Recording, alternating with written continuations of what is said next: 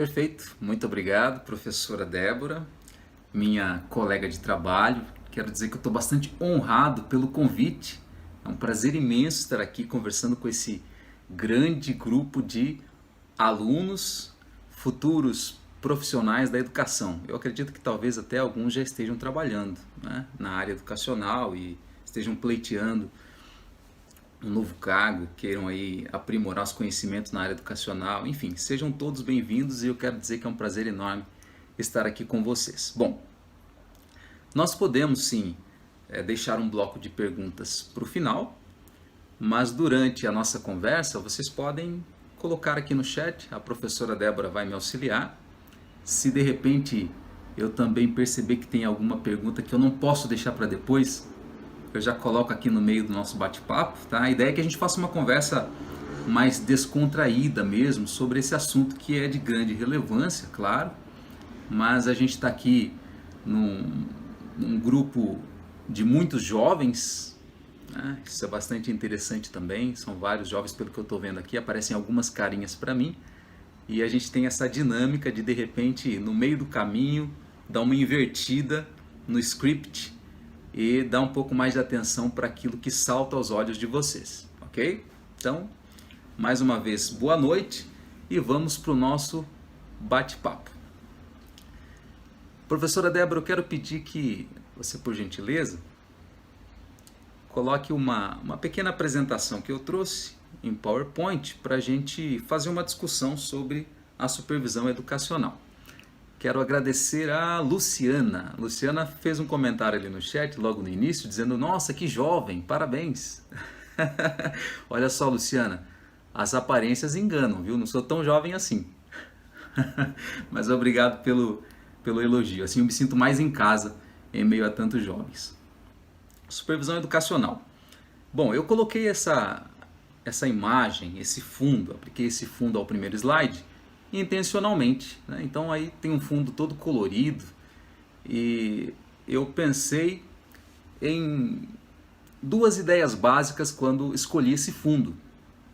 Primeiro porque faz a gente refletir sobre a questão do ponto de vista, né? Tudo na vida da gente depende do ponto de vista. E aí lembra aquela experiência de Isaac Newton quando lançou a luz branca sobre o prisma e então, por conta da dispersão, essa luz se separou em várias outras cores, né? Então isso revela que atrás de uma simples cor, muitas vezes nós temos várias outras. Depende do quê? Depende do nosso olhar, do ponto de vista, daquilo que a gente tem de bagagem e aquilo que a gente traz para esse cenário que se apresenta, né? E uma outra ideia básica que eu tive quando escolhi esse fundo colorido foi pensar a educação colorida mesmo, né? Quem se envolve com a educação, quem atua na área educacional, quem se dispõe a cumprir essa grande missão de educar, precisa viver esse colorido, precisa trazer amor, precisa trazer afetividade, precisa trazer conhecimento técnico, precisa trazer disciplina, precisa trazer regra, precisa mexer com leis, enfim, é preciso envolver diferentes emoções, sensações e percepções na arte de educar. Então esse colorido aí tem tudo a ver com esses dois pensamentos que eu trouxe. Pode passar adiante, professora Débora? Porque agora eu quero inicialmente conversar um pouquinho com você sobre quem eu sou, né? Quem é esse jovem, como disse a Luciana, que se apresentou aqui hoje, para falar sobre a supervisão educacional.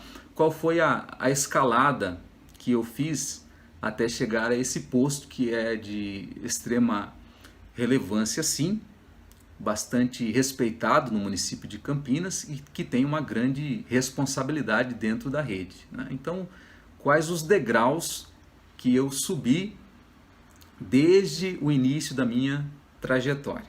Pode passar adiante? Eu trouxe aqui apenas um slide que faz a gente refletir um pouco e lembrar que toda grande caminhada começa com um simples passo. Vocês estão terminando a graduação em pedagogia, portanto já deram vários passos aí, né, rumo ao sonho que vocês têm, o campo profissional, né? já conquistaram o espaço de vocês, que é o espaço universitário, mas ainda tem grandes desafios que vocês irão enfrentar e com certeza superar daqui para diante.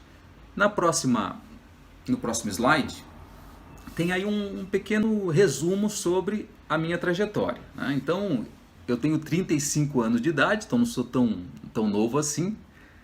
Sou natural da cidade de Registro, interior do estado de São Paulo, uma cidade de 60 mil habitantes, bastante pequena comparada à realidade de Campinas. Lá eu me formei professor com 18 anos de idade.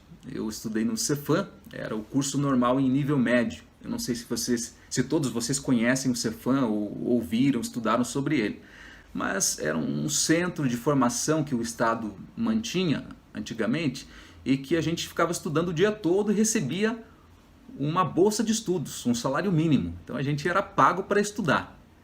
E era algo bastante interessante, porque para quem vem da realidade que eu venho, situação financeira bastante difícil, essa questão da bolsa de estudos ajuda e ajuda muito. Então foi fundamental para a minha permanência durante todo o curso do Cefam. Saindo dali, eu prestei alguns concursos. No começo eu não fui muito bem assim, mas depois eu mudei a minha estratégia de estudos e fui logrando êxito, né? Então assumi como professor logo depois que eu saí do Cefam, um ano depois, né, para ser mais exato.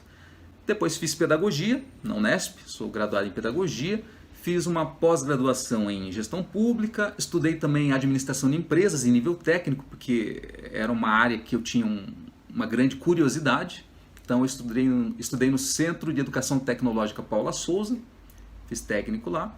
Depois ingressei em outros cursos, mas eu destaquei aqui para vocês a pós-graduação em Psicopedagogia Institucional e Clínica, está em curso, ainda está em andamento, e o mestrado em Direção de Recursos Humanos, que também está em curso, estou na metade do mestrado lá na Argentina, a Universidade de Ciências Empresariais e Sociais de Buenos Aires, na Argentina. Também por curiosidade, né? Você fala, mas ele não estudou só na área da educação. Exatamente. Então, de curioso, eu fui colocar o dedo lá na administração de empresas. Tive uma experiência também nessa área empresarial, abri uma empresa por um período, foi uma experiência muito bacana e resolvi fazer o mestrado na área de recursos humanos, porque eu gosto muito de trabalhar com pessoas, né? E agora pretendo fazer o doutorado na área da educação, que é aí a minha grande paixão. Bom, trabalhei como professor, tem aí a questão da diretoria escolar também, fui diretor, passei no concurso para diretor de escola em 2011, assumi em 2012, fiquei atuando até o ano passado, quando passei no novo concurso de supervisor educacional em Campinas. Atuei como presidente do Fundeb, lá na cidade de Registro, foi uma experiência também super bacana, e aí tem outras frentes que eu acabei atuando por conta disso. Bom, atualmente estou aqui no cargo de supervisor educacional e tenho o privilégio de ter essa convivência bastante enriquecedora com colegas como a professora Débora Sanches, que aqui está. Eu deixei aí o meu número de celular, está à disposição de vocês, se futuramente vocês quiserem tirar alguma outra dúvida, conversar um pouquinho sobre a supervisão ou sobre outras áreas. Eu trabalho também ajudando pessoas que querem passar em concursos públicos na área da educação, então professores que pretendem prestar concurso. Eu tenho um curso disponível no Hotmart, fiz um lançamento recente e farei mais um no próximo mês, auxiliando aí professores que querem estudar conteúdos específicos das provas de concurso. Então, legislação educacional e também ter mais conhecimentos específicos. Nas redes sociais eu apareço como supervisor Cleiton Peniche, tá bom? Então é só colocar supervisor Cleiton, vão me achar no Facebook, podem mandar uma solicitação lá que vai ser um prazer tê-los como amigos também. Instagram, supervisor Cleiton Peniche também. Tem um site também, mas eu acredito que até aí já basta. Se vocês quiserem manter o contato comigo, tem o celular, o Face e o Insta à disposição de vocês, tá bom? Por favor, professora Débora. Bom, vamos lá. Supervisão. A própria palavra já nos traz aí um sentido bastante claro, né? Eu separei aqui superdivisão porque é uma palavra composta, vem do latim, né? Super traz uma ideia de superioridade, né? E visão, nossos olhos, aquilo que a gente consegue enxergar. Então tem aí uma definição também que eu trouxe para vocês. E quando a gente pensa em supervisão, pensa na palavra supervisão, a gente acaba lembrando um pouco mais do conceito geral que existe sobre supervisão e que é aplicado muito no mercado, né? Esse conceito é aplicado muito no mercado de trabalho, em especial na iniciativa privada. Então, o supervisor é aquele que inspeciona o trabalho ou a tarefa realizada por outra pessoa ou por um grupo de pessoas, ou por uma instituição, por uma unidade ou por um bloco de unidades. Então, o supervisor ele tem essa característica de inspecionar, de controlar, de até, é um termo que eu não gosto muito de utilizar, mas de vigiar o trabalho de outrem, né? Então ele acompanha aquilo que um outro profissional que esteja abaixo na hierarquia daquele órgão, né? Ele supervisiona, ele acompanha esse trabalho, vigia, controla, né?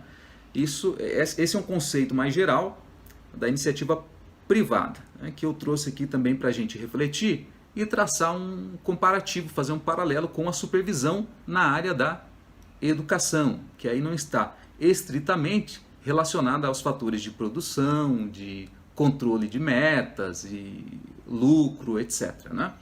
É uma característica um pouco diferente, mas a ideia mais geral, que geralmente a gente traz a lembrança quando vimos o termo supervisão, é essa, ok?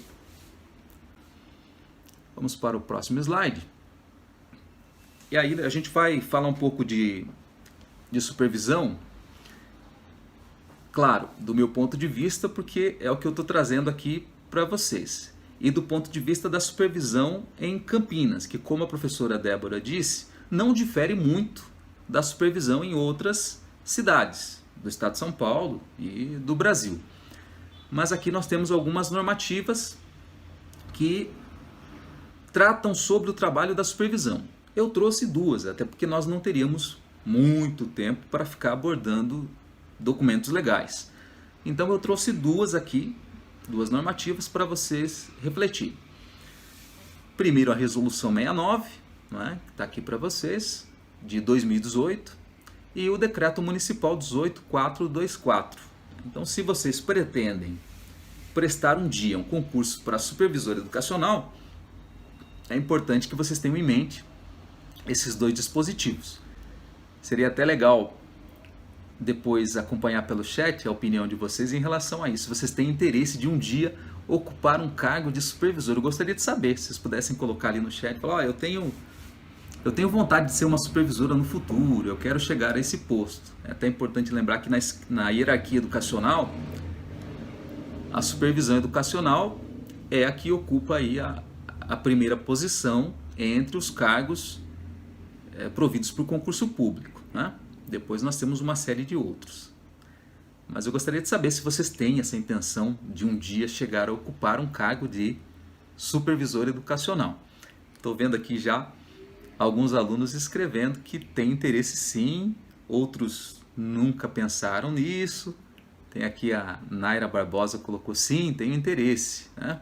Bom, por ser o primeiro cargo da hierarquia, obviamente que ele é aquele que tem a melhor remuneração. Acho que vale a pena comentar. Claro que é importante melhorar ainda mais, não é, professora Débora? Mas é o cargo que, dentre os que estão na estrutura educacional, tem a melhor remuneração. E no caso de Campinas, a gente tem aí alguns benefícios que fazem valer a pena estudar para ingressar na rede. Não é, professora Débora? Teve uma pessoa que colocou aqui que quer trabalhar na sala de aula mesmo, né? É interessante isso, porque a sala de aula tem uma característica toda especial, aquele contato direto com o aluno. Acontece que, com o passar do tempo, a experiência que você adquire acaba te levando naturalmente para uma posição onde você tem a possibilidade de ajudar outros professores e professoras que estão ingressando a desenvolverem um bom trabalho também em sala de aula. Então, enquanto você é professor, professora, você tem a sua turma de 25, 30 alunos. Desempenha ali um papel fundamental. Mas olha a diferença do alcance quando você ocupa um cargo de coordenação e direção, onde você vai ter aí 200 alunos.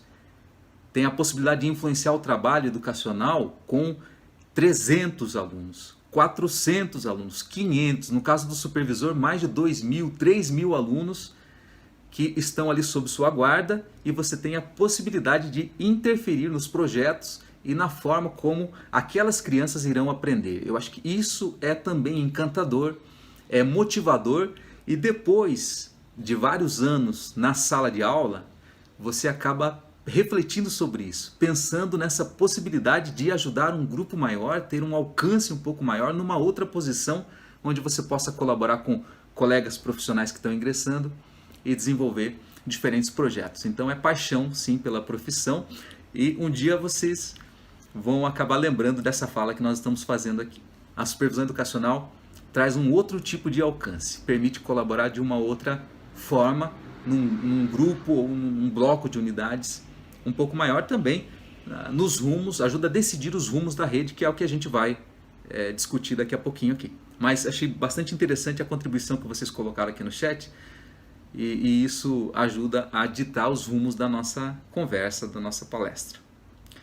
Bom, disseram aqui que o concurso é concorrido, é difícil, de fato é difícil você conseguir aprovação. Por exemplo, quando eu prestei o concurso, tinham mais de 1.000 candidatos, apenas 2 vagas disponibilizadas, né? Claro, acabaram chamando mais profissionais depois, não chamaram apenas 2. Chamaram, acredito que devam ter chamado 9 profissionais destes que foram aprovados no concurso de 2019. Então 9 ou 10, é porque teve uma que não assumiu, algo assim. Mas, vamos lá, 1%, né? Estamos falando de um grupo de 1.000, então 1% consegue o resultado. O restante tem que estudar um pouquinho mais para passar no seguinte. Agora, se você se dedicar, não tenho dúvidas de que você consegue também ficar entre os 10%, aliás, os 10 primeiros ou 1% daquele público que está disputando ali, dos candidatos. Vale a pena, vale muito a pena sim, tá? Bom, voltando aqui ao script da nossa palestra, eu trouxe essas 2 normativas para vocês. E como eu trabalho com alunos que pretendem prestar concurso e ter êxito também, eu acabo trazendo uma linguagem um pouco mais focada no estudo para concurso.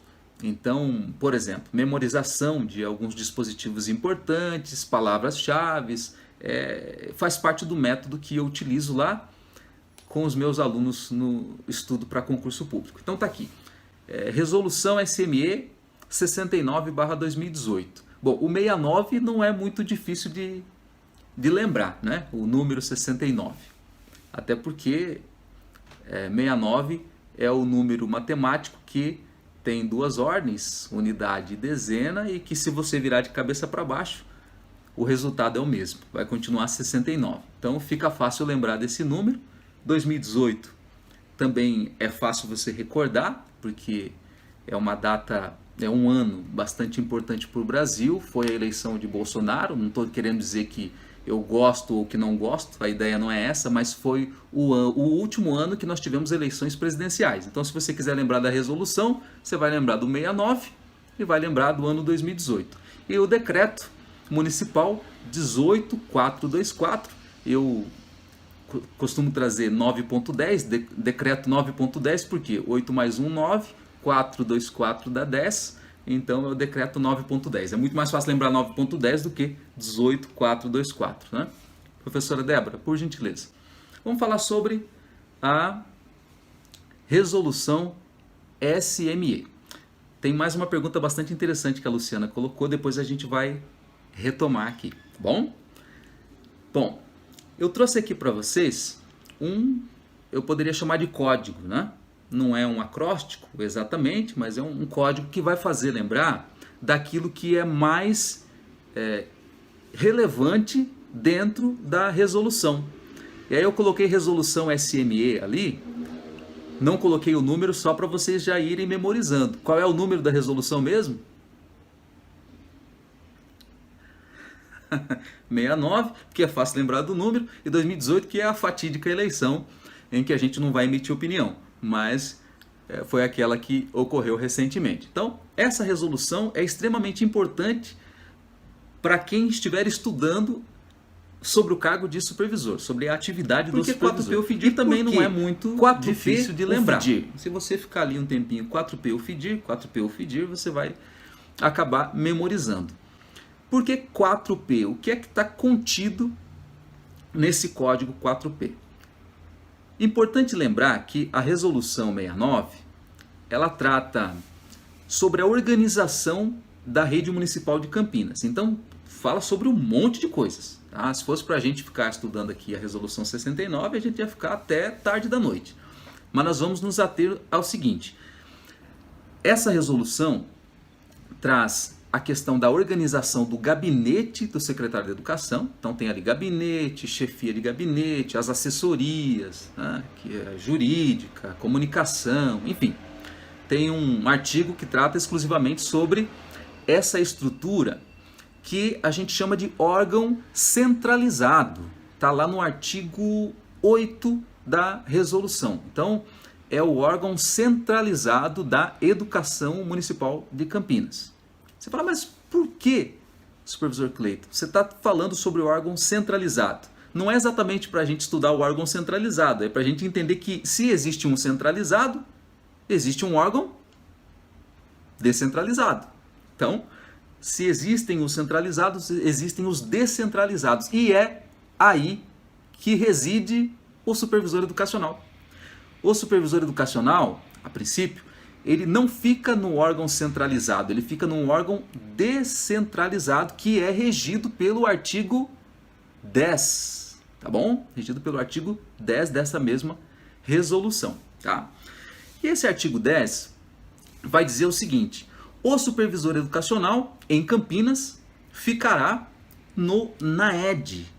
Então ele vai compor a equipe do NAED. O que é o NAED? É o nome que se dá para esse órgão descentralizado da educação. Então, existem alguns NAEDs em Campinas, cada um em uma região diferente. Então tem um NAED lá na região norte, um NAED na região leste, um NAED na região sudoeste, enfim, dividido por regiões. Tá? Então o supervisor ele compõe a equipe do NAED. Aí vem a pergunta, mas o que essa equipe educativa do NAED precisa fazer? Aí vem a atividade do supervisor. Afinal de contas, o que é que ele faz? Por que 4P?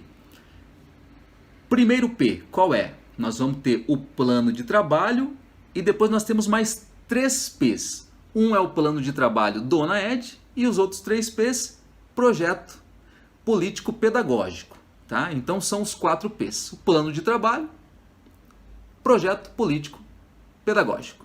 Eu gostaria que a professora Débora desse um clique aí para entrar em cena essa etiqueta que eu coloquei nesse slide. Tá? Então tá ali, ó. Plano de trabalho do NAED é o primeiro P. Os outros 3 P's, PPP, projeto político-pedagógico. Olha, a resolução não traz exatamente essa nomenclatura, ela traz só PP. Mas eu ainda me recuso a entender o PP, professora Débora, como algo que não é político. Né? Eu ainda me recuso, por isso que eu trouxe PPP. Mas estou aqui destacando. A resolução 69 traz projeto pedagógico, que antes a gente chamava de projeto político-pedagógico. E para mim isso tem mais a cara da escola, porque educar é um ato político, não político partidário. A gente não quer saber de partido, não tem nada a ver com isso, pelo amor de Deus.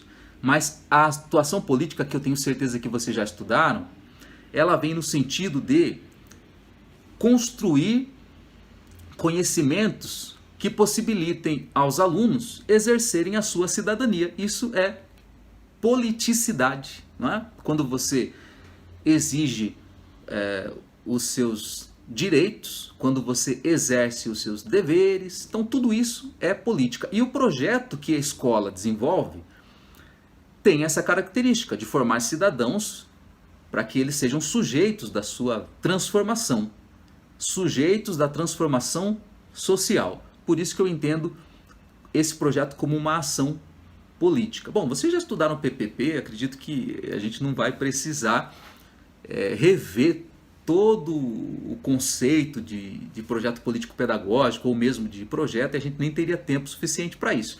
Mas eu só quis destacar aqui a questão do P a mais que tem em relação à resolução, que é o P de politicidade, não pode faltar no exercício docente, na atividade supervisora, na atividade dos profissionais de educação, tá bom? Então, 4 P's estão relacionados à atividade de supervisão. Primeiro P, plano de trabalho. Depois, PPP, projeto político pedagógico. O supervisor, ele é responsável pela elaboração desse plano de trabalho, pelo acompanhamento desse plano de trabalho, pela implementação desse plano de trabalho e pela avaliação também desse plano de trabalho do órgão descentralizado que ele ocupa, ao qual ele faz parte, que é o NAED. Em relação ao PPP, que é elaborado pelas escolas, o supervisor também tem a responsabilidade de acompanhar a elaboração, de acompanhar a implementação, a avaliação do PPP, o que está funcionando, o que não está, o que a gente precisa corrigir, certo? Então essa é a atividade supervisora. E que também difere daquela atividade supervisora que a gente falou anteriormente, aquele conceito mais geral, de controlar as metas, de controlar a produção, controlar a lucratividade. O supervisor educacional, ele tem a característica de acompanhar a elaboração, ajudar a enxergar novos caminhos, encontrar soluções, trazer para o debate algo que de repente esteja passando despercebido. Então ele é mais um orientador, ele acompanha de perto o trabalho da escola, a construção do projeto da escola. Ele não é simplesmente alguém que fica com a prancheta dizendo tá certo, tá errado, tem que ir mais rápido, tem que ir mais devagar. Não, não é o supervisor do mercado. É o supervisor que fica junto, que ajuda a construir uma educação de qualidade. Por favor, professora Débora. UFI, o que significa esse UFI? Então, U é de unidades educacionais. Então, o supervisor também trabalha junto às equipes gestoras das unidades educacionais. Ele acompanha o trabalho das equipes. Isso está lá na resolução 69, resolução 69 do ano 2018, foi isso? Aí, ó, o Miguel tá ali com o dedo pronto para responder. Eu acho legal essa interação. Claro, nós estamos em mais de 100 alunos aqui, fica difícil todos emitir opinião, mas o chat está lá à disposição de vocês e uma outra opinião até dá para a gente trazer aqui para discussão, não tenho problema nenhum com isso, quando a gente faz um bate-papo, não é aquela palestra quadrada, formal, em que só eu falo, vocês escutam. De vez em quando pode colocar o dedinho aí para contribuir. Bom, então o vem de unidades educacionais. E o F? F é de formação. Está lá na resolução 69/2018 que o supervisor também desenvolve ações educativas, tá? E trabalha com a formação. Então, ações formativas, vamos discutir sobre a elaboração do plano de trabalho, vamos formar em relação a um projeto que esteja sendo desenvolvido, nós precisamos formar em relação à avaliação, nós precisamos formar as equipes em relação às hipóteses de escrita, nós precisamos formar... Então, o supervisor também trabalha com a questão da formação.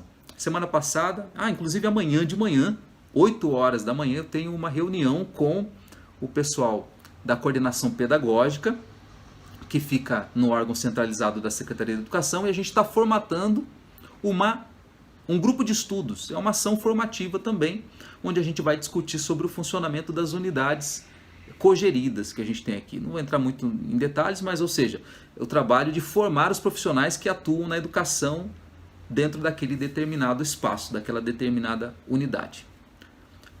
A letra I se refere ao quê? Vamos ver, professora Débora. I de intersetorialidade. É só dar um clique, isso. Intersetorialidade, tá bom? O supervisor educacional em Campinas também precisa trabalhar com isso. E é legal porque essa palavrinha eu não costumo ver nos documentos de supervisão de outras cidades. Nem todas as cidades, todas as redes se preocupam com essa questão da intersetorialidade. O que seria isso? É o supervisor que acompanha, além do trabalho da Secretaria de Educação, acompanha também o trabalho da Secretaria de Saúde. Também acompanha o trabalho da Secretaria de Esportes. Porque tem um projeto lá que a escola desenvolve, de repente, e que é um projeto em conjunto com a Secretaria de Esportes. E porque a criança está faltando na escola, porque a família alegou que está com problema de saúde e que não conseguiu atendimento ainda. E como isso está interferindo demais na aprendizagem da criança, a supervisão também pode abrir um canal de diálogo com a Secretaria de Saúde para ver de que forma é possível encaminhar aquela situação e garantir o quê? O sucesso daquela criança, daquele aluno, no processo de aprendizagem. Tá? Então, o supervisor ele tem a responsabilidade, a incumbência de dialogar com as demais secretarias. Olha que legal. A Naira colocou aqui, Naira Marques. Uau, não sabia. Pois é. Campinas valoriza muito isso. A rede municipal de Campinas valoriza bastante essa questão do trabalho intersetorial. Tá? Na região noroeste, em especial, tem uma ONG, uma instituição, uma entidade do terceiro setor, chamada Abalô Norô. Essa instituição, há muitos anos, acompanha o território, né, que é aquela região específica, e dialoga sempre com os supervisores. Eles promovem reuniões onde tem supervisor, onde tem agente de saúde, onde tem coordenador da área da saúde, onde tem servidores da Secretaria de Esportes, onde tem profissionais da Unicamp, profissionais da PUC também participam dessa reunião para saber como estão as coisas naquele território, como é que está o andamento. As crianças estão aprendendo na escola? Olha, estão, mas ficamos sabendo que tem uma obra da prefeitura para sair aqui perto, e aí alguém traz a informação sobre o que é aquela obra, e aí se estuda a possibilidade de estabelecer algum tipo de parceria com aquela instituição que vai ser criada naquele espaço onde está sendo construído o prédio, né? Se tem algum projeto, de repente é uma empresa, mas uma empresa que tem um projeto de sustentabilidade, de meio ambiente. Então a escola já vai discutir se no projeto político-pedagógico é possível encaixar alguma ação em parceria com essa empresa que destina alguns livros, algum material educativo, enfim. No território existe uma série de possibilidades e que o supervisor precisa estar atento. O que está acontecendo no esporte, na saúde, o que está acontecendo também na questão do desenvolvimento econômico, porque existe uma secretaria que cuida disso especificamente, então é possível trazer informações de lá, abrir um canal de diálogo. Bom, ações intersetoriais.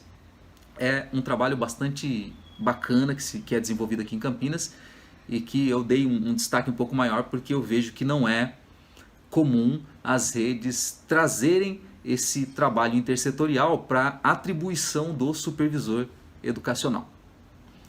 Bom, próximo item do código, próxima letra do código é a letra D. Né? Esse D seria do quê? Seria do direito. D de direito. Tá?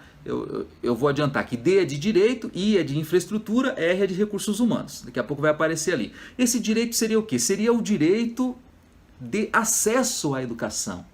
Mas não só de acesso, claro. De acesso, permanência e sucesso. Está lá na resolução. O supervisor trabalha no sentido de garantir o direito de acesso, permanência, né? E aí, parênteses meu, sucesso, no processo de aprendizagem. E legal é que a resolução traz de forma explícita, traz de forma clara que esse direito é para a criança, a resolução cita o jovem, a resolução cita o adulto e a resolução cita o idoso. Olha que interessante, né? A resolução faz essa menção. Por quê? Porque a aprendizagem se dá ao longo da vida. Vocês sabem que tem a emenda constitucional 108, inseriu o inciso 9º ao artigo 206 da Constituição Federal que trata sobre educação. E esse inciso 9º traz o quê?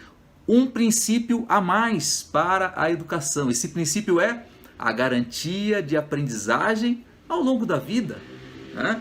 Então, a resolução de Campinas também traz esse dispositivo que diz que o supervisor precisa zelar pelo direito de acesso. Então, criança fora da escola, não pode. A criança não conseguiu matrícula. Opa, o supervisor vai ser acionado para saber o que foi que aconteceu que fez com que aquela criança estivesse fora da escola. O supervisor é chamado para acompanhar tudo isso que está acontecendo. Tá? Criança fora da escola é direito negado.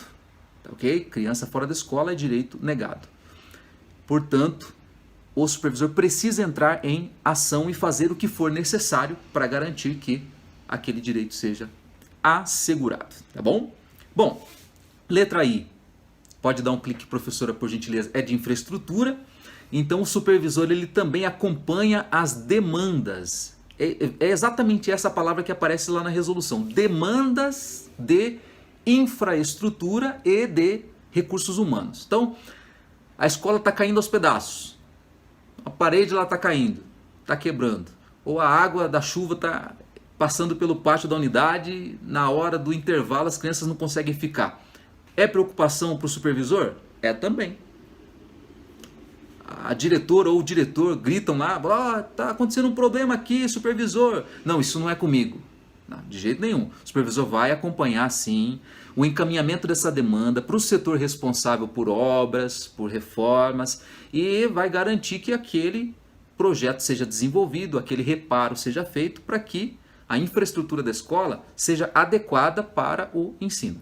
E aí, mais um clique, recursos humanos. Né? Eu não coloquei nessa última etiqueta, recursos humanos, mas está ali em cima, né? Infraestrutura e RH. Bom, recursos humanos por quê? Porque na escola tem gente trabalhando, é professor trabalhando, é agente trabalhando, é monitor trabalhando, é coordenador trabalhando, ou seja, tem pessoas lá dentro. É inevitável que o supervisor acompanhe também a alocação do pessoal. Está faltando professor na turma X. O supervisor acompanha isso também, demanda de infraestrutura, e vai dialogar com o setor responsável, falando que precisa contratar mais agentes, mais monitores, mais, enfim, aquilo que esteja faltando. O supervisor também acompanha. Então vocês percebam que a visão do supervisor é macro, ele fica de cima, e esse de cima não é alguém que pisa nos outros, né? Não é superior no sentido de se sentir mais que, mas é o ponto de vista, ele muda o ponto de vista. A unidade daqui, ele vai um pouquinho mais adiante para conseguir enxergar a unidade como um todo e todos esses processos que ocorrem dentro dela. Então, essa é a parte legal, a parte bacana da atividade do supervisor. Então está aí 4P UFIDIR, Resolução 69/2018. A resolução cita o decreto municipal. Não é? Pode passar para a próxima lâmina. O número do decreto aí já aparece, né? Decreto 9.10, como disse a vocês, né? 9 porque 1 mais 8 dá 9, 4 2, 4, somando dá 10. Né? E também a gente pode trabalhar com o seguinte raciocínio. O número 2 é aquele que vai multiplicar com o 4 e com o 4 que está de um lado e o 4 que está do outro. Então, 18. 4 vezes 2 dá 8, 2 vezes 4 dá 8. Então vocês fazem aí ó, essa continha e vão memorizar com um pouco mais de facilidade o número desse decreto, caso vocês pretendam um dia prestar concurso aqui. Elimpa Popem, o que significa isso? Que código é esse? Tá? Esse é um pouco mais simples, trata sobre aquilo que aparece primeiro na atribuição do supervisor educacional em Campinas. Tá? O que aparece primeiro? Eu separei, porque é um texto que trata sobre a atribuição do supervisor. Eu destaquei os elementos que eu considerei mais importantes. Porém, na primeira frase aparece uma definição que eu transportei para cá como Elimpa Popem, e é uma definição assim mais, como é que eu posso dizer, mais essencial, está mais na essência da atividade supervisora, tá? O que significa isso? EL significa uma coisa, IMP significa outra, A significa outra e assim por diante. PO tem um significado, P de Popem, o que fica no meio, tem um outro significado, E tem outro e M tem outro. Vamos lá. Dá um clique por gentileza, professora Débora. Tá. O que é EL do que? EL de elaboração. O supervisor trabalha com a elaboração. IMP é de implementação. Então, elabora, implementa e, letra A, avalia. Tá bom? Elaboração, implementação e avaliação. Agora, elaboração, implementação e avaliação do quê? E aí dá mais um clique para a gente saber o que significa POPEM. Política pública, PO de política, P de pública, E de educacional, M de municipal. Então, isso aparece primeiro nas atribuições do supervisor. Ele cuida da elaboração, implementação e avaliação da política pública de educação. Tá? Então veja, trocando em outras palavras aqui, o que a educação vai fazer naquele determinado município, certo? Então, quais serão as ações na área da educação? O que a rede municipal de educação vai fazer? O supervisor ele está ali, dando o primeiro combate. Então, ele fica junto ao primeiro escalão, discutindo quais os caminhos que a educação vai seguir naquele determinado município. Então, vejam que é traçar, assim, diretrizes para a educação no município. Aí não se trata mais de uma sala de aula, mas de todas as salas de aula que tem na cidade inteira e de todas as crianças atendidas em todo o município. Então olha o significado disso, a relevância, a amplitude disso. O supervisor trabalha com a elaboração dessa política. Quando a gente fala política pública, então é tudo que está dentro do pacote educacional. Tudo que vai ser feito na área da educação naquele determinado município. Passa pela mão do supervisor. Passa pela análise do supervisor. Passa pela construção que tem a contribuição pesada do supervisor. A professora Débora sabe a quantidade de reuniões que a gente participa para construir esse tipo de diretriz. Reuniões exaustivas, de muita discussão, de muito debate, onde cada um apresenta seu ponto de vista, traz contribuições, fala da realidade, o que está funcionando, o que não, o que está faltando. Então, é uma grande discussão para construir essa política pública, mas esse é o cerne da atividade supervisora, tá bom? Pode dar mais um clique, por gentileza. Aí, eu fiz algo um pouquinho diferente, tá? Nesse slide. Aí tem um código, e é um código grandão, porque a gente vai encerrar com esse slide a nossa discussão sobre a atribuição do supervisor em Campinas. Volto a dizer que não difere de uma série de outras cidades, pelo menos integralmente. Tem um outro ponto diferente, mas... Então esse LEDPRO GVAGAVA PCA é o código que resume. Aí você fala, mas como é que eu vou lembrar disso tudo? Existem outras formas de lembrar desse tipo de informação na hora da prova de concurso, é o que eu digo aos meus alunos, mas você pode lembrar dessa informação em qualquer outro momento, claro. Dá mais um clique, por gentileza, professora Débora. Então, eu acrescentei aqui uma frase, e ela parece uma frase muito idiota, né? Acontece que as frases e ideias idiotas nos ajudam a lembrar das coisas, né? Haja visto que as crianças, por exemplo, têm mais facilidade de aprender uma língua estrangeira ou uma informação um pouco mais complexa do que a gente que já passou dos 20, você já está ficando prejudicada, né? Então saiba disso. Passou dos 20... Acho que tem gente concordando aí. Então, passou dos 20, você já começa a ficar um pouco prejudicado. A criança não, nossa, ela aprende tudo muito rápido, porque a quantidade de conexões entre os neurônios dela, quase 10 mil conexões, então é tudo muito rápido na cabeça dela, tem mais neurônios, as conexões, certo? Então, vejam, a criança fala que a nuvem é um monstro, você olha, para com isso, que besteira, a nuvem é nuvem. Então ela consegue enxergar o monstro na nuvem, ela consegue enxergar coisas onde a gente não vê aquelas coisas. Elas veem conexão entre situações que a gente, enquanto adulto, já não consegue enxergar mais, elas têm mais facilidade para lidar com os problemas. Enfim, criança cria personagens, muito bem, a Nara colocou, sim, as crianças criam, tem monstro embaixo da cama, aí você cresce e pensa assim, meu, que besteira. Mas por que tudo isso? Porque a criança se permite pensar ideias malucas, e é por isso que ela aprende com mais facilidade, porque ela consegue fazer tudo isso. A gente vai ficando um pouco mais rígido e tem dificuldade para esse tipo de coisa. Professora Débora, deixa eu só te fazer uma pergunta, como é que está a questão do nosso tempo?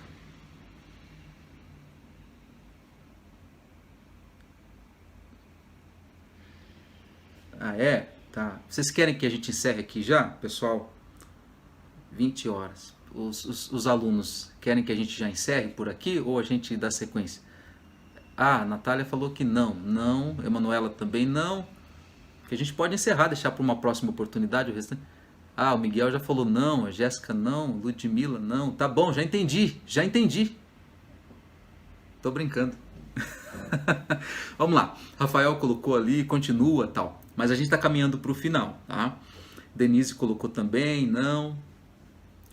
Bom, então vamos lá, vamos para esse código gigante aí, todo esquisito. Pô, aí esculacha. Estão fazendo elogios aqui pro Rafa? Não, aí, bom, me ajuda. Vamos lá.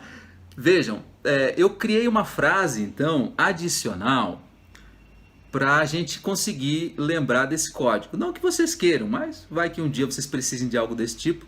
Eu coloquei o seguinte, LED de luz, LED mesmo, né? LED projeta luz. Tudo bem que a palavra luz não tem ali, mas você vai lembrar que não tem palavra luz, né? Então, LED projeta ia ficar esquisito. Então, ficou LED projeta, e pro, porque está lá no código, luz para gente. Então, G de gente, vagar, é devagar, vagar de ficar vagando, vá de valente, né? Hoje eu postei numa frase das redes sociais, não deixe sua criança interior morrer, é ela que te salva. Muito bom, Catarina. É mais ou menos o sentido do que a gente está tratando aqui, né?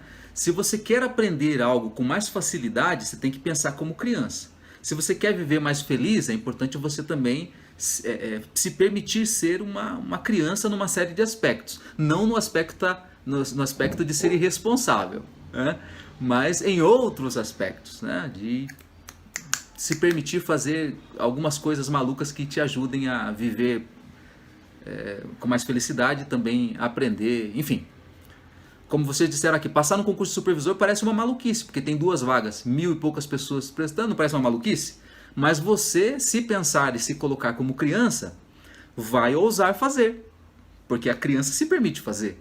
A criança pula de um prédio, tá aí, tá lá, 5º andar, poft, não vai acontecer nada. Então a criança tem essa coisa de se jogar, né?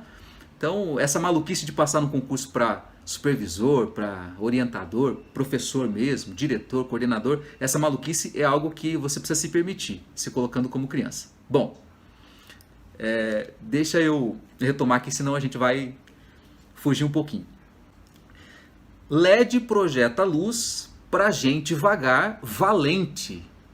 Porque você vagar em Campinas à noite com uma lâmpada de LED tem que ser valente. Tem que ser valente. Lá em Registro, com 60 mil habitantes, eu ainda usava madrugada, fazia uma caminhada. Agora, aqui a coisa é um pouquinho diferente. Então, veja, LED projeta luz para gente vagar valente, tá? Por Campinas. P de por, CA de Campinas. Então, tá aí. Um texto que surgiu para lembrar desse código, tá? Que se refere, claro, ao decreto municipal que a gente está tratando aqui. Qual é o número do decreto mesmo? Miguel? Você não está me sacaneando não, né? Você não anotou aí e está lendo, não? Você não anotou aí no papel e está lendo não, né? Ah, então tá bom. Tá, joia. Então, decreto municipal 18424, né? 9.10, né? Como a gente tratou anteriormente. LED projeta luz para a gente vagar valente por Campinas. Então, o que é LED? Tá? É algo que faz parte da atribuição do supervisor. Tá? Pode clicar, professora Débora, por gentileza. Então, LED é de legislação educacional, olha aí. O supervisor trabalha muito com a questão da legislação educacional. Ele tem a responsabilidade de acompanhar as unidades para que elas cumpram a legislação maior, claro, as diretrizes do MEC, legislação federal, legislação estadual, conselhos, resoluções dos conselhos de educação. Então, ele trabalha no sentido de acompanhar as escolas para que elas cumpram essa legislação maior e também trabalha na construção da legislação local. O supervisor, ele escreve, tá? Eu até falei com os amigos quando ingressei no cargo de supervisor, ó, supervisor, ele escreve aquilo que todo o restante da rede vai fazer. Parece grosseiro, mas é um pouco isso, tá, gente? Tá? O supervisor, ele não escreve assim, eu sonhei que tem que fazer isso aqui. Não, tem todo um processo de debate, discussão, contextualização, etc., análise da realidade, enfim, tem tudo isso. Mas aquilo que é escrito depois pelo coletivo de supervisores e que passa pela avaliação, claro, dos diretores da Secretaria de Educação, do secretário... Depois de publicado, todo mundo tem que cumprir aquilo, né? Só é possível cumprir diferente se esse coletivo sentar novamente, rediscutir, reformular, revogar aquela lei anterior para fazer uma nova. Do contrário, aquilo que é elaborado, discutido, analisado, publicado, é o que tem que cumprir. Então, LED é de legislação educacional, tá bom? Próximo item. Pro do quê? De novo aí, né? Aquele PPP que apareceu lá no estudo da resolução 69, agora aparece aqui como PRO, né? Que é de projeto pedagógico. Aqui eu coloquei projeto pedagógico porque eu pretendia explicar a diferença. Por que eu coloquei PPP naquele e projeto pedagógico nesse? Eu pretendia explicar agora, mas eu acabei antecipando. Na legislação aparece como projeto pedagógico, mas tem esse fator político que é importantíssimo que vocês... Sabe? É importantíssimo que vocês entronizem essa ideia do político, tá? Porque eu já vi vários profissionais da educação falando assim, não tem nada de político, tem que tirar esse político, confundindo com política partidária.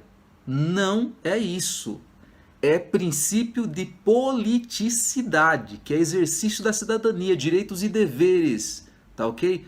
Por favor, não levem isso para a carreira de vocês, não levem isso, tá, para a formatura de vocês. A ideia de que projeto político tem a ver com partido, não.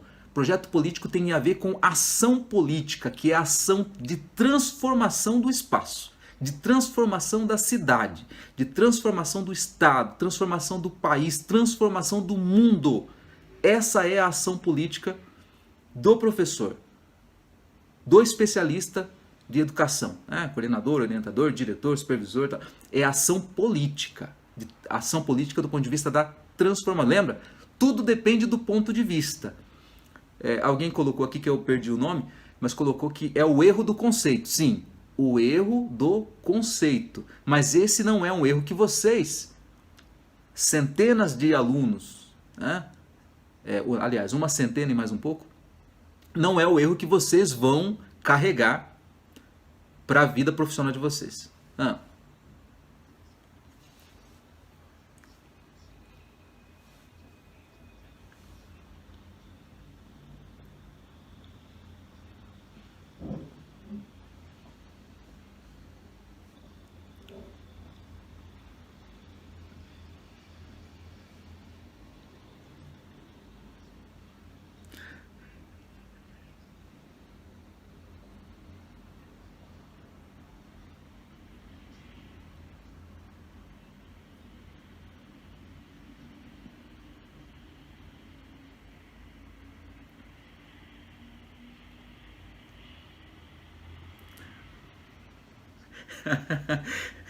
Legal, legal, porque a professora Débora está mais tempo que eu na supervisão, então acompanhou isso de perto, né?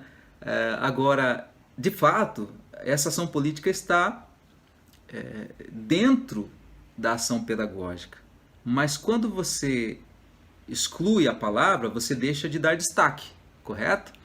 Então você deixa de dar destaque ao quê? À ação política. Por quê? Porque vão interpretar mal. Mas ao invés, do meu ponto de vista, da gente interpretar mal a palavra política, a gente deveria trabalhar o conceito, né, adequado de politicidade e ajudar os demais profissionais que estão ingressando nas diferentes redes a compreenderem dessa forma. Até porque no decreto municipal 18424, o projeto vem escrito dessa forma, projeto pedagógico. Na resolução 69/2018 também tem lá, projeto pedagógico.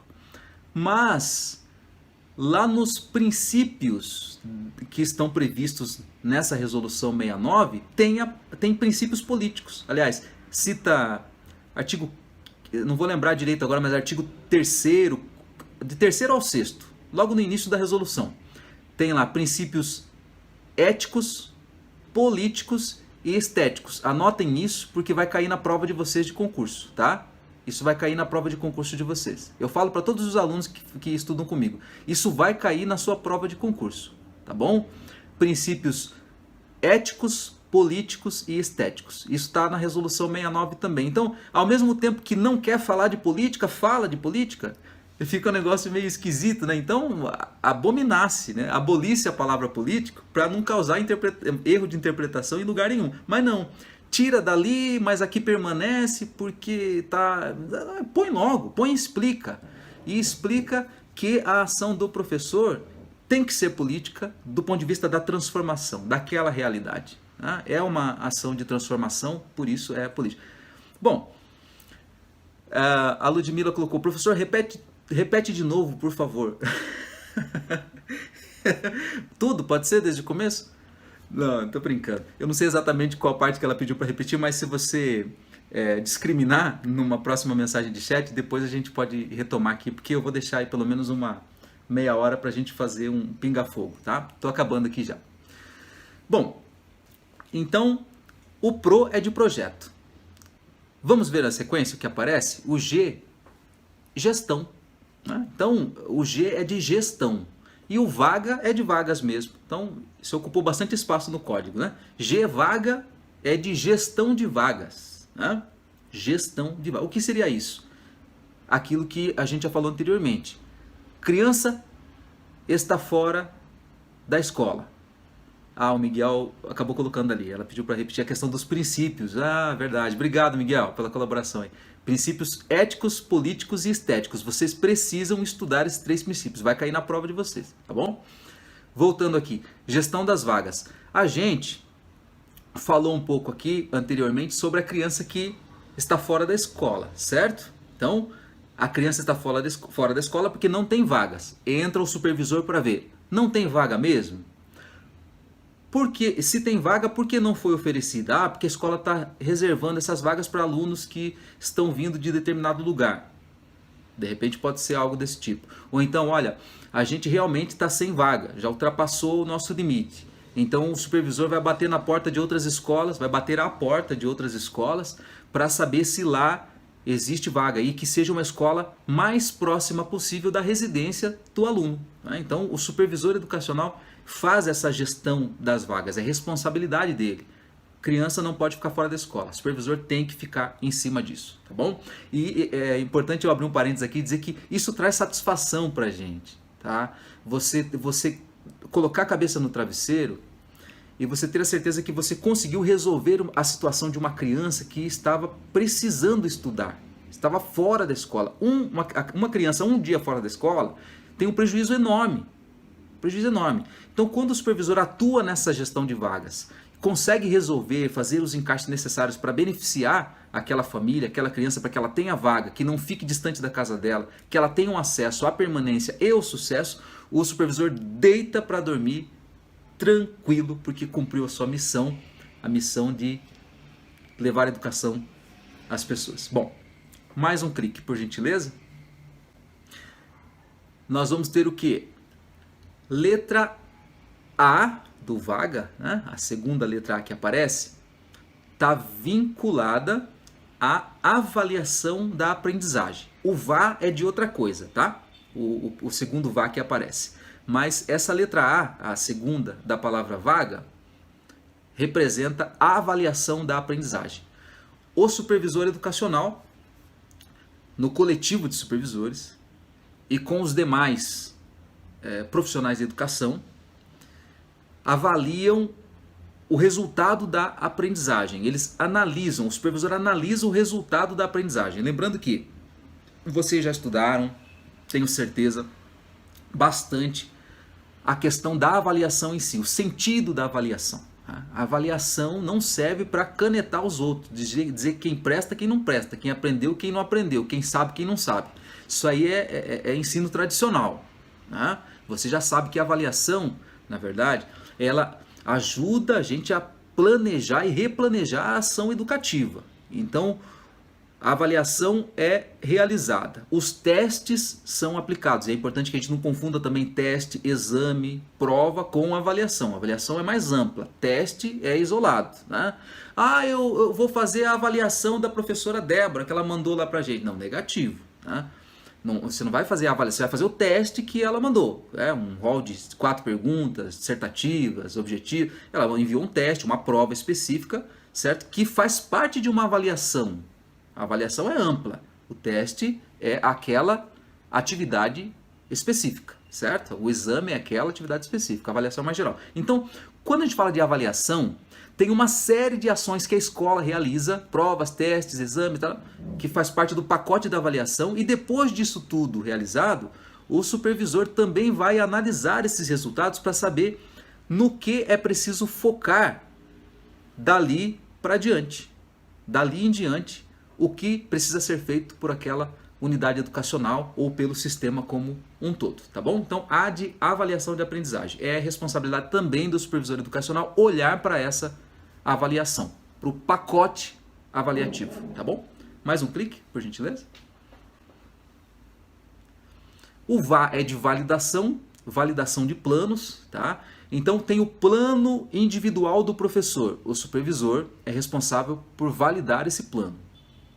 Um plano coletivo também passa pela análise e o supervisor precisa validar, dizer se esse plano está de acordo com as diretrizes e com a legislação ou não. Então o professor realizou um determinado trabalho, ou o plano é aquilo que vai ser feito ainda, né? Ele desenhou um plano. Olha, a gente vai iniciar os trabalhos por aqui, vamos estudar determinados temas, vamos desenvolver tais projetos e ao final eu gostaria que os alunos tivessem tais habilidades.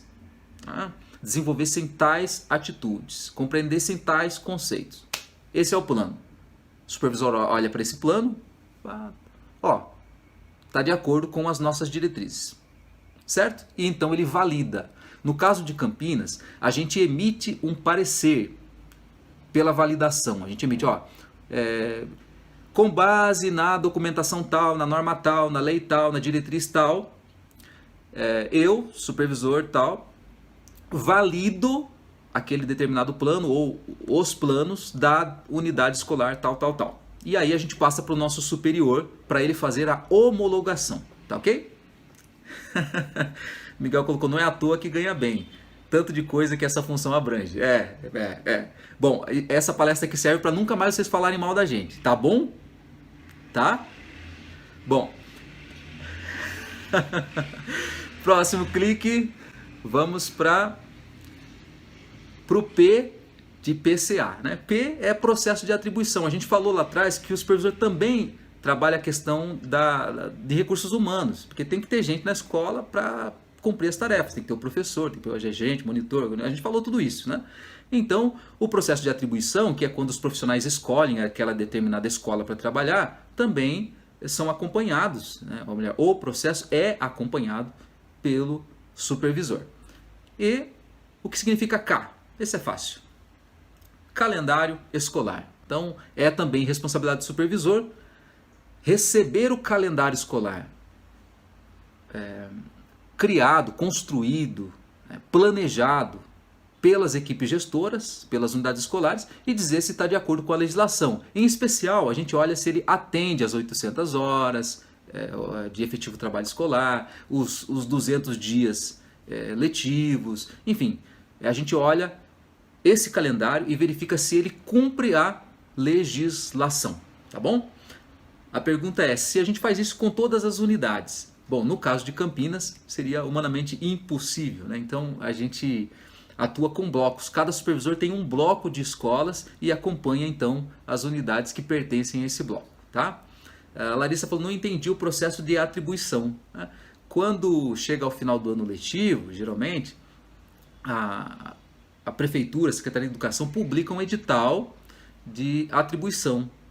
Então, cada professor, de acordo com o seu tempo de trabalho, e aí tem outros fatores que também influenciam nessa pontuação, mas cada professor tem uma pontuação, e de acordo com aquela ordem de pontuação, os professores vão escolhendo as unidades escolares que pretendem trabalhar no ano seguinte. Então esse é o processo de atribuição e o supervisor acompanha esse processo de perto, tá bom? Isso é o processo de atribuição. O calendário, acredito que já ficou bastante claro para vocês. Então esse de forma geral um resumo da atividade supervisora. Envolve bastante coisa? Sim, envolve, mas claro, você começa a trabalhar e vai pegando jeito, o seu olhar ele fica mais clínico, né, nesse sentido. Tem aquele slide que eu trouxe aqui para vocês da mulher com aquele óculos, né, um óculos gigante assim. Então esse óculos representa o quê? De nada, Larissa. Esse óculos representa a capacidade de enxergar além daquilo que os olhos podem ver, não é? Aquele óculos representa essa supervisão. Então, o que permite o supervisor enxergar além, né? O que é esse óculos do supervisor educacional? Esse óculos é a experiência. Esse óculos é a formação que o supervisor tem. Esse óculos é a passagem do supervisor pela sala de aula. Então, o supervisor precisa ter passado pela sala de aula para ser um supervisor. E é essa experiência que vai permitir que ele enxergue além do que os olhos nos podem ver, tá bom? Então é isso aí. Bom, pode dar mais um clique, por gentileza, professora Débora?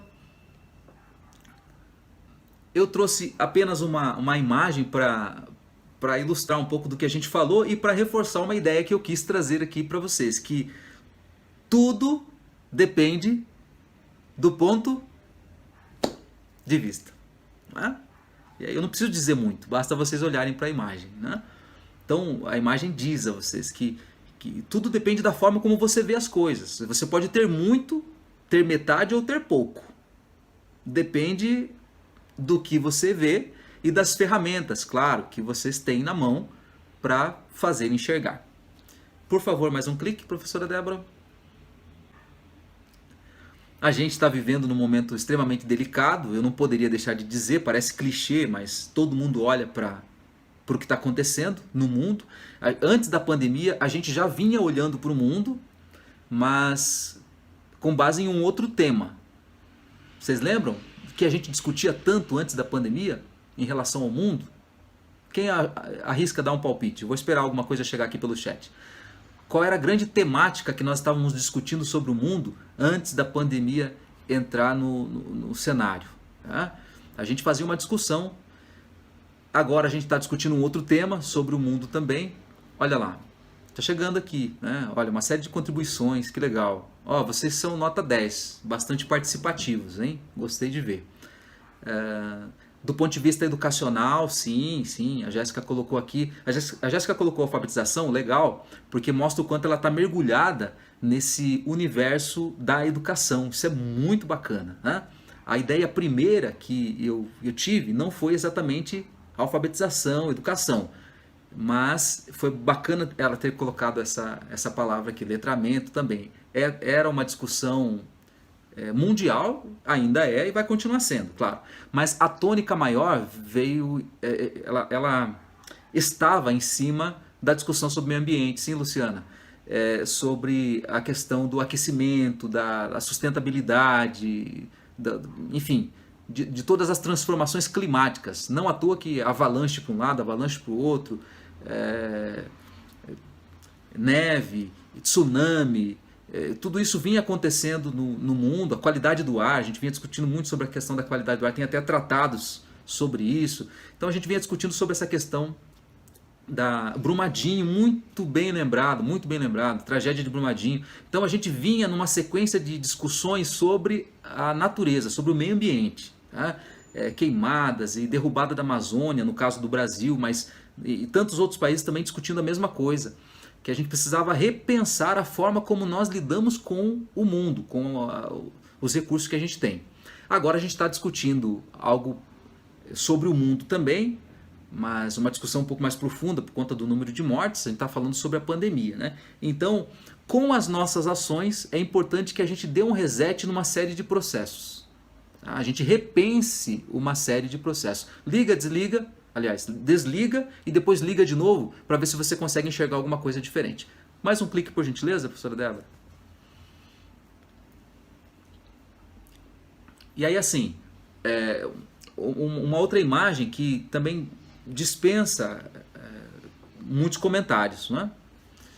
Porque se você quer construir algo sólido para a sua vida e para a vida de outras pessoas, você quer construir uma boa base para você conseguir isso, a resposta é muito simples, né? Você estuda, se dedica, se forma, busca conhecimento, porque não tem outro ingrediente melhor para você fortalecer as suas bases, seu alicerce, tá bom? E aí, para o último slide, é uma frase que eu me apaixonei, eu ouvi pela primeira vez e nunca mais esqueci. Isso há muitos anos, eu vi, li alguma coisa, nunca mais isso saiu da minha cabeça, né? Toda pessoa que vejo é superior a mim em algum assunto. Então vocês que estão me assistindo agora são superiores a mim. Vocês são superiores a mim, tá? Em uma série de assuntos. Então se eu dialogo com vocês, eu aprendo. Então pode ser qualquer pessoa, de qualquer profissão ou que não tenha profissão alguma, tá? Se você sentar, conversar, você vai ver que ela entende mais de um determinado assunto ou mais de um que você. Então, se você se permitir, você vai aprender, tá? Então, toda pessoa que vejo é superior a mim em algum assunto. Então, eu aprendo. Por mais que vocês ocupem diferentes cargos, professor, diretor, supervisor, ou que vocês passem para outras áreas, enfim, nunca esqueçam disso. Vocês estejam na base ou estejam no pico. Lembrem que, de repente, vocês aprendem, tá? Bom, frase de Ralph Waldo Emerson, é um filósofo, tá bom? É algo que eu trago assim, com bastante intensidade para a minha vida, para as minhas ações, para a minha carreira profissional, enfim. Agora, se vocês quiserem fazer alguma pergunta, pode ser que eu consiga responder, pode ser que eu responda a pergunta com outra pergunta. Professora Débora, pode... Fique à vontade.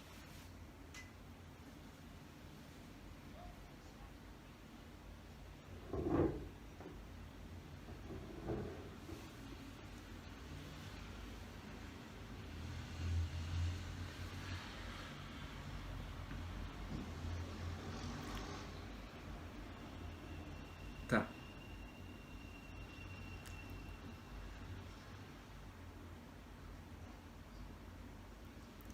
Legal, legal.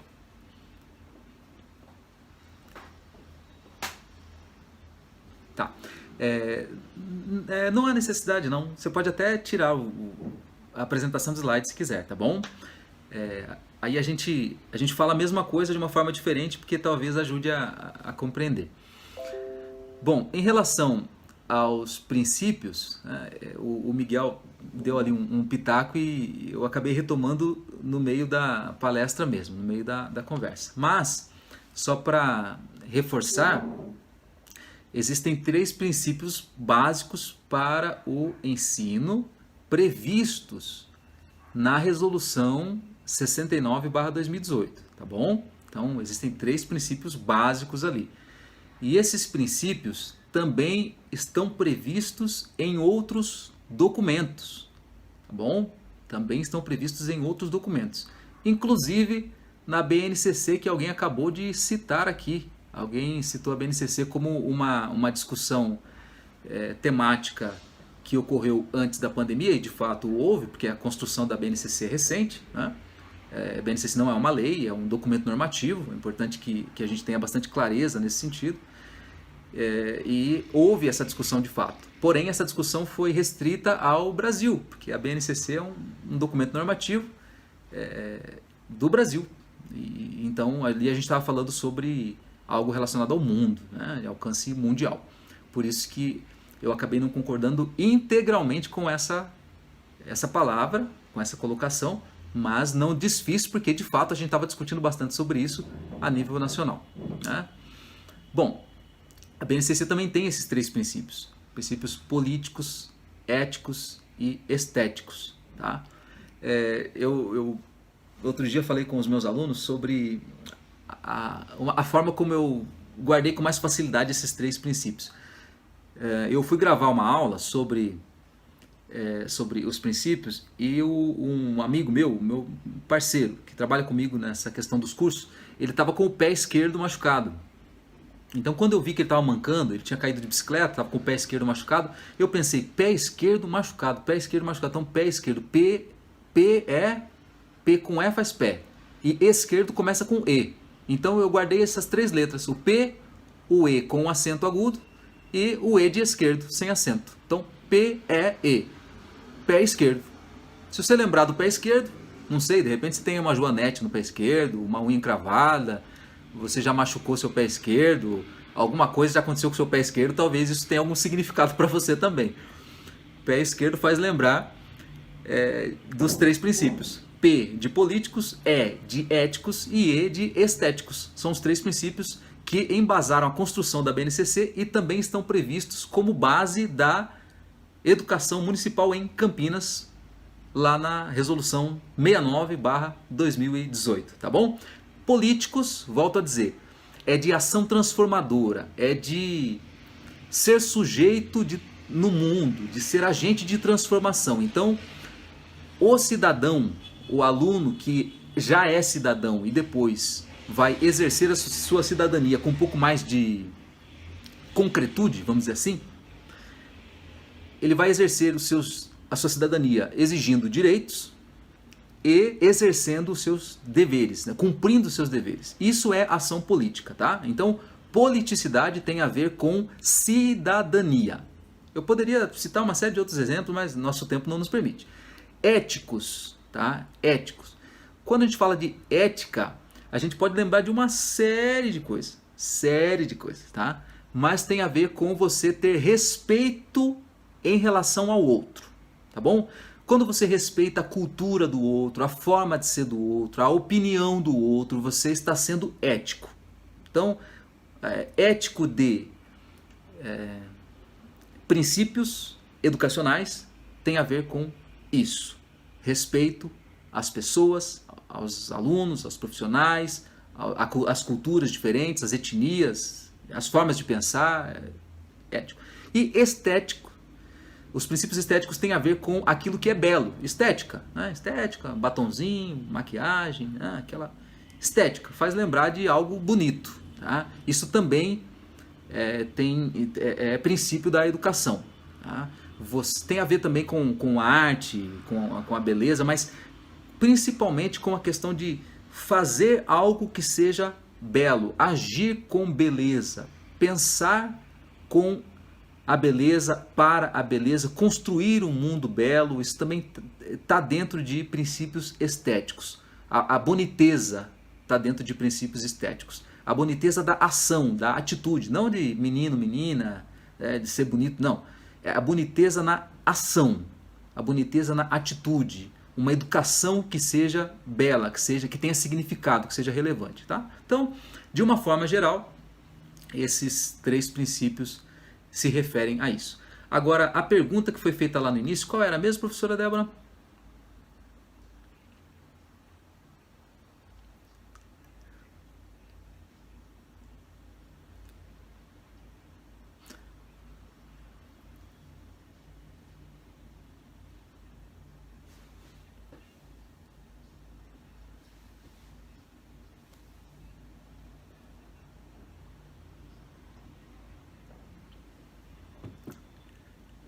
Tá, quero agradecer aí os comentários do chat falando da explicação. Eu sempre procuro explicar de uma forma bem clara e que ajude a guardar na memória, né? Então, obrigado pelo elogio. Bom, desafio de supervisão. Maior desafio. São tantos, não é, professora Débora? São tantos. Pois é, eu acredito que eu poderia destacar, por força do momento, essa dificuldade que a gente tem de fazer com que o trabalho docente alcance todas as famílias. E aí a gente esbarra principalmente na questão da desigualdade social, acesso aos meios. A rede de Campinas é bastante privilegiada comparando com uma série de outras redes. Aqui, vários alunos receberam chip, alguns alunos receberam tablet, os professores Chromebooks. Então, assim, uma rede que conseguiu proporcionar uma estrutura razoável, ou poderia até dizer boa, em comparação com uma série de outras cidades. Mas ainda assim tem uma série de famílias que não conseguem acessar. Mesmo com o chip, porque o chip está lá com eles, mas eles não conseguem usar porque não tem sinal. Não tem sinal de telefonia, né? Então, é algo que parece inimaginável na cidade de Campinas. Mas existem locais que têm baixa cobertura de sinal. Então a criança, a família não consegue acessar aquilo que o professor está enviando.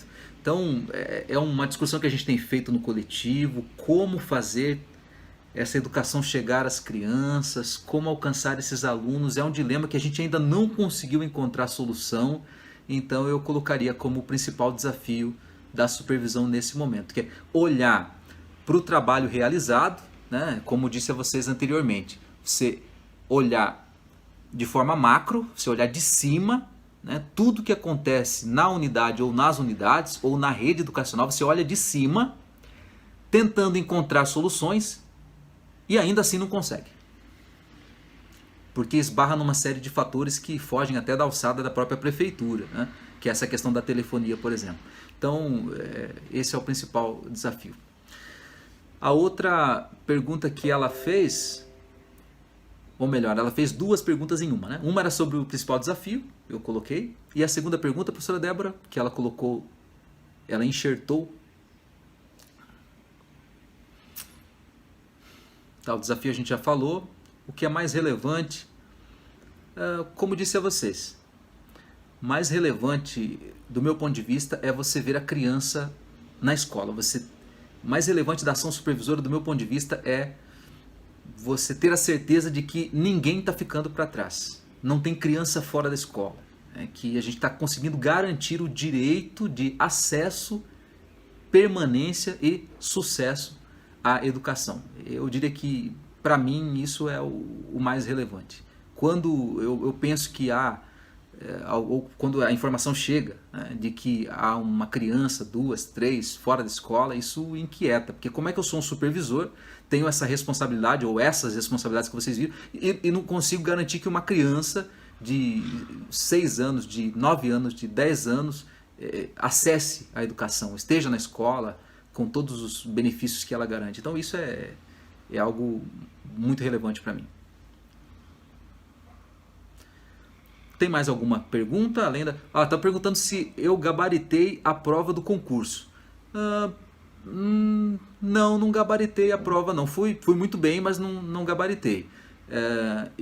Na redação, eu tive a segunda melhor nota, né? Eu tirei 95,4 na redação, então foi a segunda melhor nota do concurso.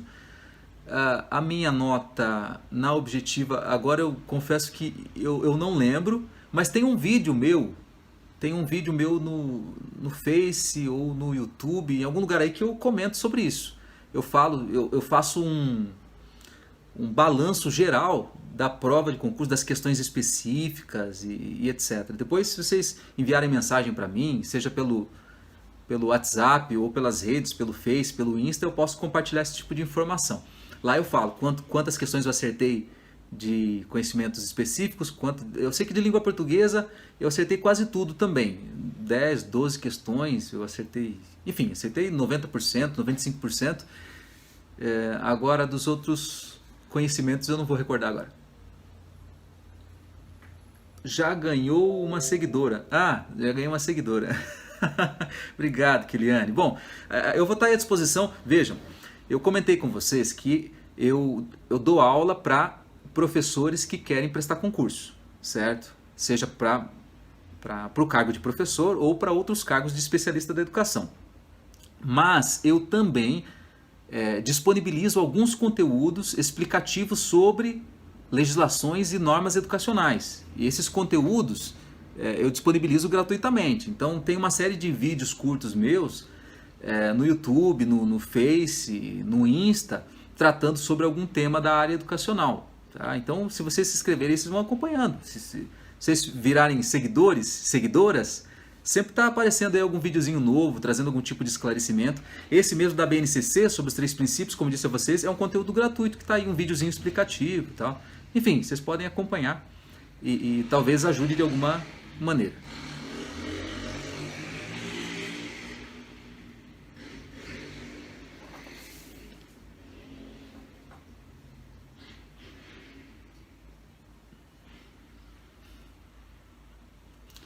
Meu Deus.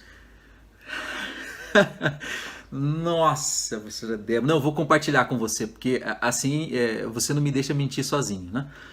Olha só. A gente está trabalhando mais do que a carga horária normal do nosso cargo, né? Porque é impressionante.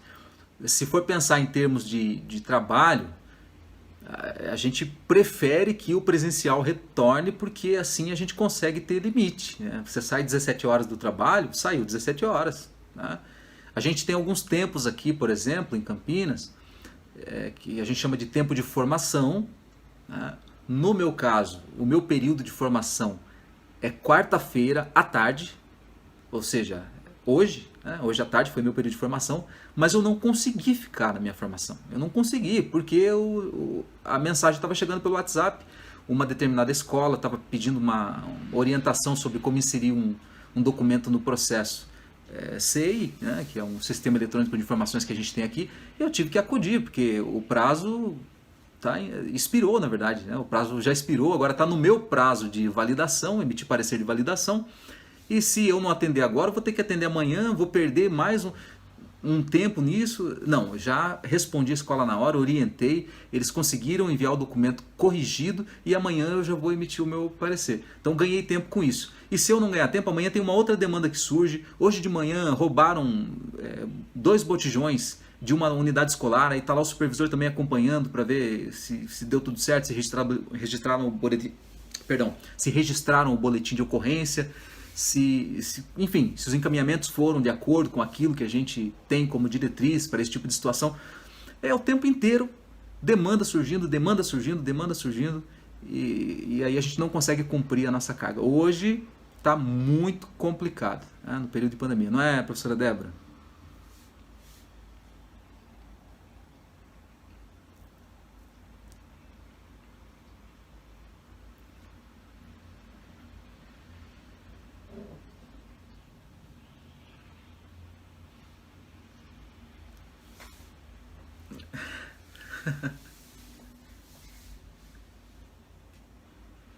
Sim, sim.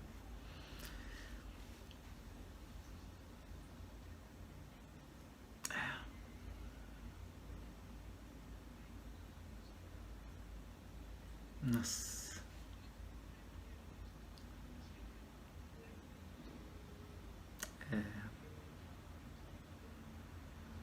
Bem lembrado. A escola construiu um plano para trabalhar em 2020. Mas quando chegou a pandemia, então aquele plano não poderia mais ser aplicado, porque ele previa uma realidade de atividade presencial. Então, aquele plano precisou ser costurado, um outro plano precisa ser construído, e esse plano é dentro de uma realidade inovadora, diferente, imprevista, e a gente tem que ficar de olho, porque é algo novo, então não pode permitir que algum exagero ocorra ou que falte algo elementar. A gente tem que olhar para tudo isso, para os planos, como a professora Débora colocou, e lidar com todas essas outras demandas. É uma loucura. A sorte é que ganha um pouquinho mais, assim como a gente falou. A sorte é que ganha um pouquinho mais. Então você tem um retorno financeiro um pouco maior por conta do desgaste maior, mas nem tudo é financeiro, né? Porque aí entra o desgaste emocional, psicológico, você vai dormir com aquele monte de informações na cabeça, demora para dormir, e o tempo com a família também, porque a gente está trabalhando em casa. Os filhos não vão entender, a esposa, o marido, não vão entender que agora deu 17h10, então tem que sentar para tomar café com eles, e você diz não porque tem um diretor, uma diretora que está precisando de uma informação urgente, uma orientação urgente. É muito complicado, tá? Então, já são várias funções. A pandemia agravou esse processo. Então a gente está numa loucura só. Mas a gente faz aquilo que a gente faz com amor, né? com dedicação, com gosto. A gente realmente tem paixão pela educação, acredita no poder transformador da educação. E a gente sabe que a gente, por outro lado, está construindo a gente está construindo uma ação extremamente decisiva por conta da vulnerabilidade que a gente está vivendo, né? Então tudo que a gente está fazendo está sendo fundamental para garantir a continuidade do processo educacional, garantir que a educação continue caminhando. Então a gente está escrevendo a história num momento de dor. Nós somos escritores da história. Isso também é algo muito gratificante, algo que satisfaz bastante. O Miguel colocou um comentário aqui, professora Débora, né, que trabalhar fora da hora de trabalho, acho que está com todos, não consigo fazer os planejamentos. Pois é, quem trabalha em outras áreas está vivendo essa insanidade que o Miguel acabou de colocar aqui. E a Milena falou sobre o retorno financeiro, né? A mais, na verdade, vai ser gasto com tratamentos psicológicos. Gostei de você, Milena.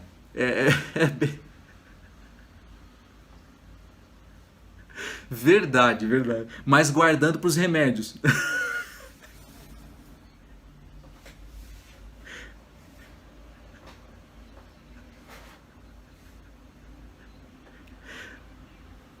Verdade, verdade. Bom,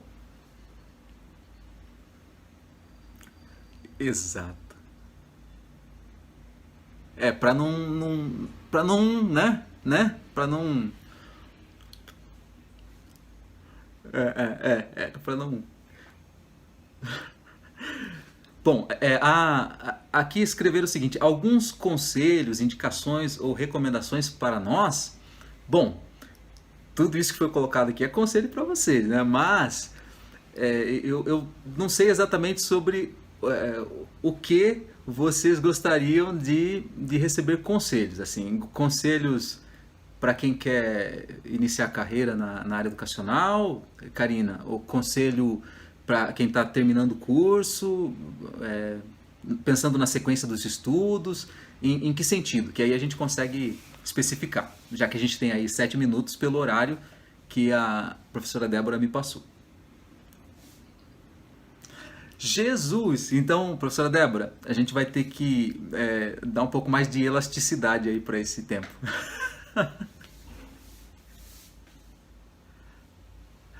Ah, eu imaginava que eles assistiriam 15 minutos da palestra e já iam pedir para ir embora. Ninguém perguntou da lista de presença ou perguntou? Durante o... Nossa, cara. Quando perguntam da lista de presença é a morte. Ainda bem que eu nem vi, né? Tipo, esse cara não vai parar de falar logo? Meu. Bom, olha só. Conselhos gerais, né? Bom, para quem está estudando, o conselho estudando assim, faculdade, né? Tem aí TCC, vocês devem estar fazendo algo assim, né? Então, o conselho que eu dou é vocês aproveitarem esse tempo de estudos para realmente, para vocês focarem, tá? E se prepararem para um eventual concurso, no caso de quem pretende ingressar na carreira educacional. Então, assim, porque esses últimos meses são fundamentais na sua preparação, porque você está estudando e ao mesmo tempo está se preparando para o concurso, né? Então, assim, não percam esse tempo, não levem assim, do tipo, Vou terminar logo essa. Perdoe, professora Débora. Vou terminar logo essa bagaça e depois eu vejo o que eu vou fazer. Não, não é assim que vocês devem pensar. É o contrário. Fala, não, eu vou aproveitar esse tempo, vou me dedicar mais, porque quando eu pegar o meu diploma eu já vou estar pronto, vou estar pronta para prestar um concurso. Tá? Então, pensando no ingresso da carreira, esse seria o conselho. Aproveitem esses últimos meses para sugarem os professores de vocês, para se aplicarem aos estudos e já garantirem uma preparação. É claro que eu penso que não vai ser suficiente para vocês já conquistarem a aprovação. Tá? Eu digo isso porque eu terminei os meus estudos, eu gostava de tocar violão, tá? Eu não gostava muito de... Eu não era CDF não, tá? Bom, tem até um violão ali, acho que vocês viram, né? Então, quando eu estava me formando professor, eu gostava de tocar violão.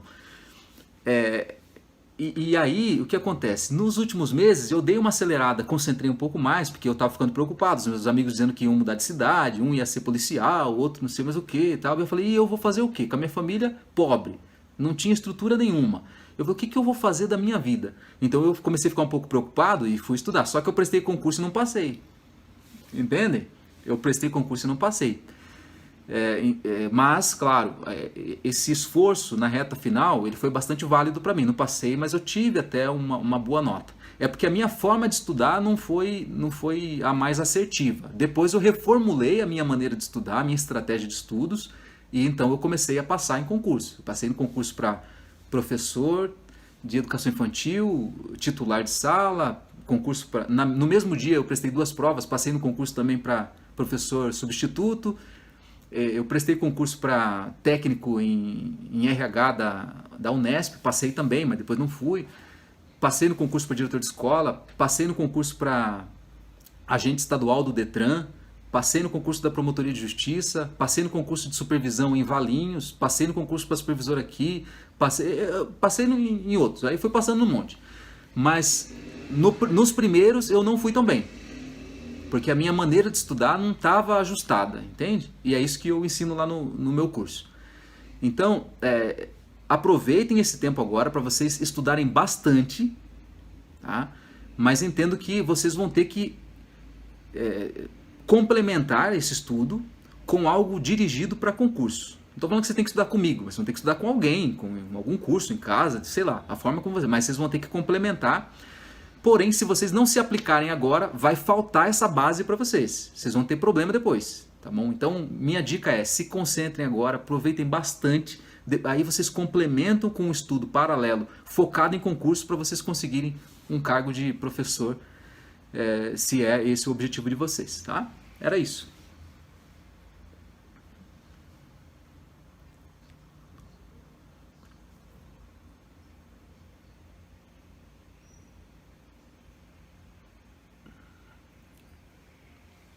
Tá. Bom, o calendário tá daquele jeito. O jovem já entende, tá? Ó, o calendário tá daquele jeito. Entendeu? Tá daquele jeito. Então, assim, a gente planeja uma coisa, daqui a pouco o Ministério da Educação vai lá e solta, ó, não precisam cumprir a carga horária de 800 horas. Aí, não precisa cumprir? Então, agora o que a gente faz?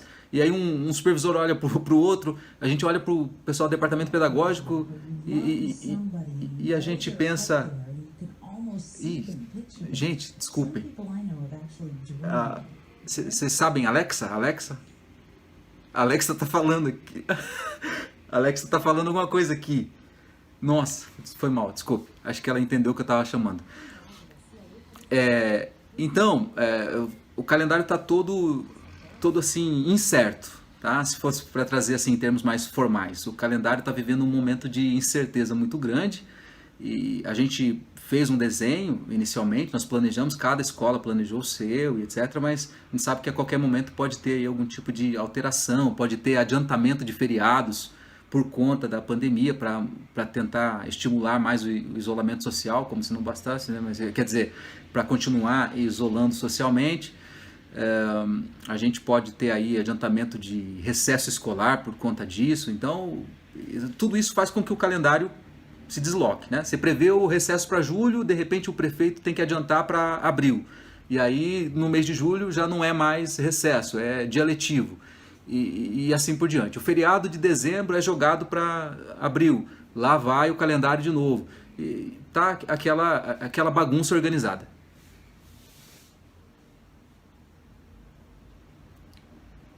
A vida escolar presencial está infernal, desculpa a palavra, mas é de deixar doente viver todo dia com incerteza. Sim, sim, sim, sim. É de deixar doente, Stephanie. É uma situação complicadíssima. Até 2050, nossa vacina vem. Nossa, que otimista, Miguel.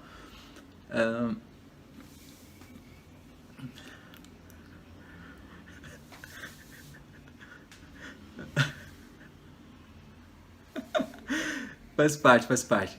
Bom, gente, eu acredito que já ocupei bastante tempo de vocês aí. Professora Débora, pode tocar para os encaminhamentos, enfim.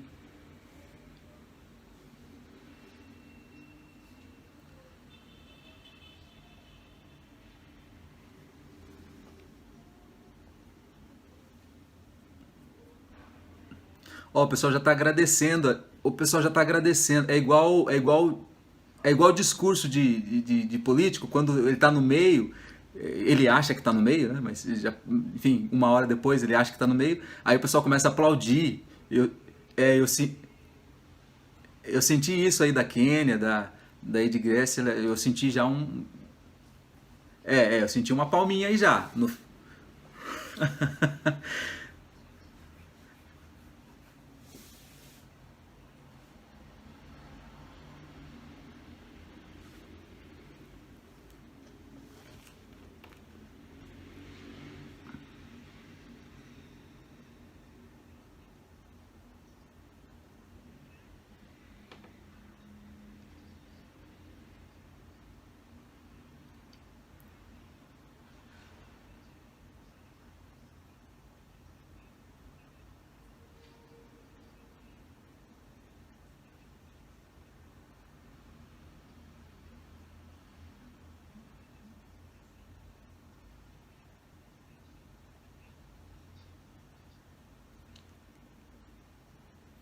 Pô,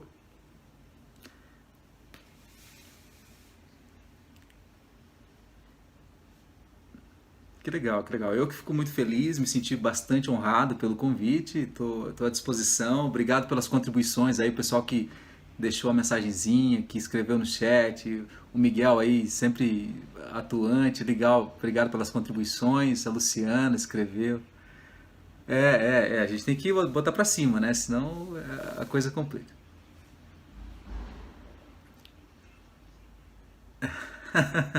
Quem, Quem sabe numa próxima aí. Bom, um abração, vocês são espetaculares, vocês são fantásticos. Olha só, se quiserem manter o contato, já disse, tá aí, @supervisor Cleiton Peniche.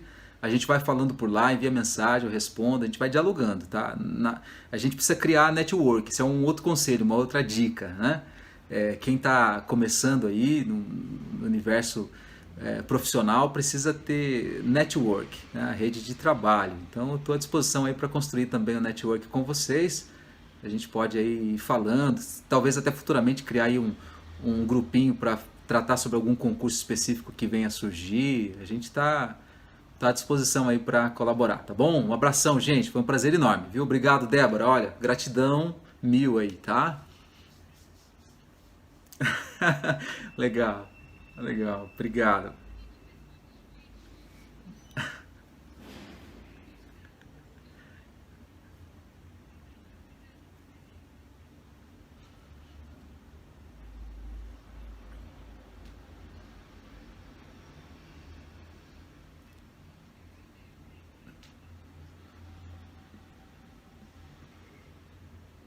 Show. Obrigado, Luciana. Obrigado. De coração, viu? As ordens.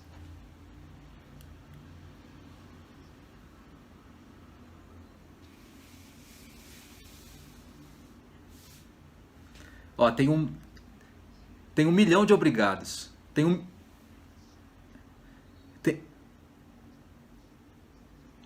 tem 1 milhão de obrigados aqui, ó. Todos vocês que escreveram obrigado, obrigado, obrigado, obrigado, obrigado. Ó, um beijo no coração de todo mundo aí, de coração, viu? Até mais. Tchau, até. Tchau, tchau.